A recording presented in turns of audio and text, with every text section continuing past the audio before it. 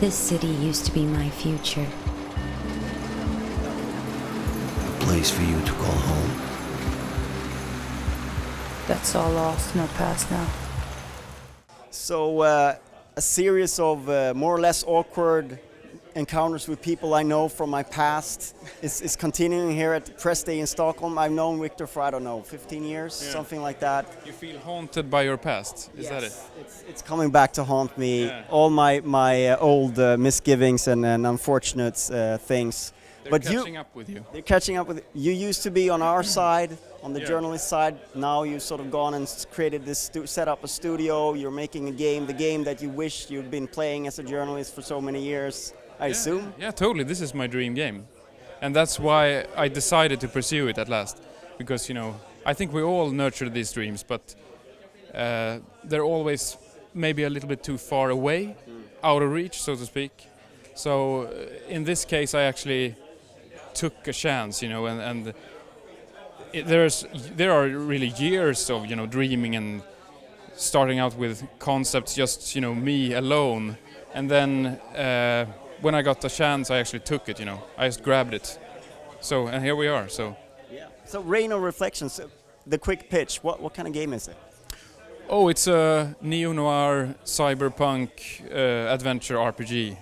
Says it all. Shortly, yeah, yeah, and there are. It's a very consequence-driven story, with lots of decisions that actually makes a difference.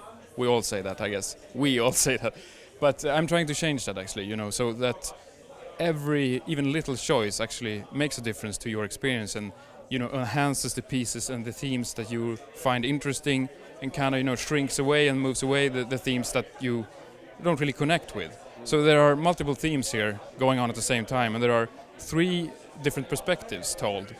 So actually you play 3 different characters, and all the events in the game are, connected, so to speak, in these 3 characters. And when you make decisions with one, it affects the others, and so on and so forth. So are you competing, or are you cooperating, or is it a little bit of A and a little bit of B, or how does it?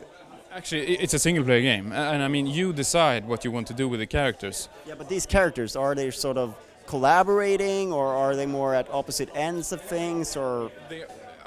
Their paths are going to intersect at different points in the game, and that's what unites them really. But still, they have different agendas, and that would be a spoiler actually to give it away too much. But I think you get the picture. This, of course, is also an RPG, and that's something a little bit different too. You've got a combat mechanic in there, and yeah. We're not showing today, but the plan is to have a combat system that's a little bit similar to XCOM. It's a turn-based system, because what I wanted to do was to make a game where every decision is very, the player has to really have an input, and I don't want it to just, run away from the player. It has to be up to the player, every choice, and that includes the combat. And sometimes when it's real time, or it's a very fast-paced game or something like that, it's pretty unfair to players that's not comfortable with that genre or whatever. And in this case, I think the turn-based style really lends itself to making a game that's equally paced all the way through and always leaves the choice up to you, so to speak, for every step, really. It is important when you're empowering the player to sort of make all these choices along. They have to sort of be making that conscious choice. Exactly. And not just sort of this happened. Exactly. So that's really my point. And since it's a game where the consequences are permanent and you never end up at a game over or retry screen, the story keeps moving with the consequences, and that includes the battles. So it's very important to let the player know that every step you make is permanent. So working with a game that's very narrative focused, what's gone into sort of voice and animation and that sort of thing? Because that is, I assume it is a lot of sort of requires a lot of resources to get that right, to get it to the point where you're happy with it. Yeah, totally. We are a really small team. Not least, compared to other studios doing the similar things. And I think it's a bit unfair to compare us with a AAA game or games of that caliber, because this is like it's smaller, it's more intimate, so to speak. But at the same time, we're trying to do very, very, very ambitious things, and I think the beauty lies in the details. And we've found ways to really make it efficiently, so to speak. We don't really have room for mistakes or for excessive spending or of any kind. So it's a neat operation.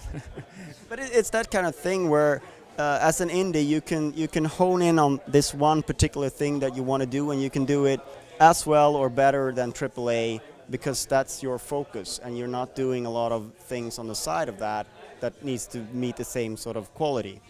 Yeah, maybe. Let's hope it lands that way. Well, that's the dream anyway. So what I mean, you're still in the early days. It's a short vertical slice kind of demo that you're showing here. What's the road ahead with Rain of Reflections? I think we have probably at least a year left in development, and we have a long road ahead of us. I mean, it's going to be intense. I can say that much. But I mean, the plan is not. I've always said that I don't want to make a game. I want to make a great game. So that's a very important difference for me. Yeah. It's your first game, but it's going to be a great one. Yeah, the best. And it's aimed for Steam, or are you thinking of other platforms as well? We can confirm today that we are focusing on PC and Windows, but I mean, I'm open to making it for consoles. I would really love that. I mean, I'm a gamer myself, and I think the more the merrier. But it's all about resources. All right, thank you so much for your time. Thank you.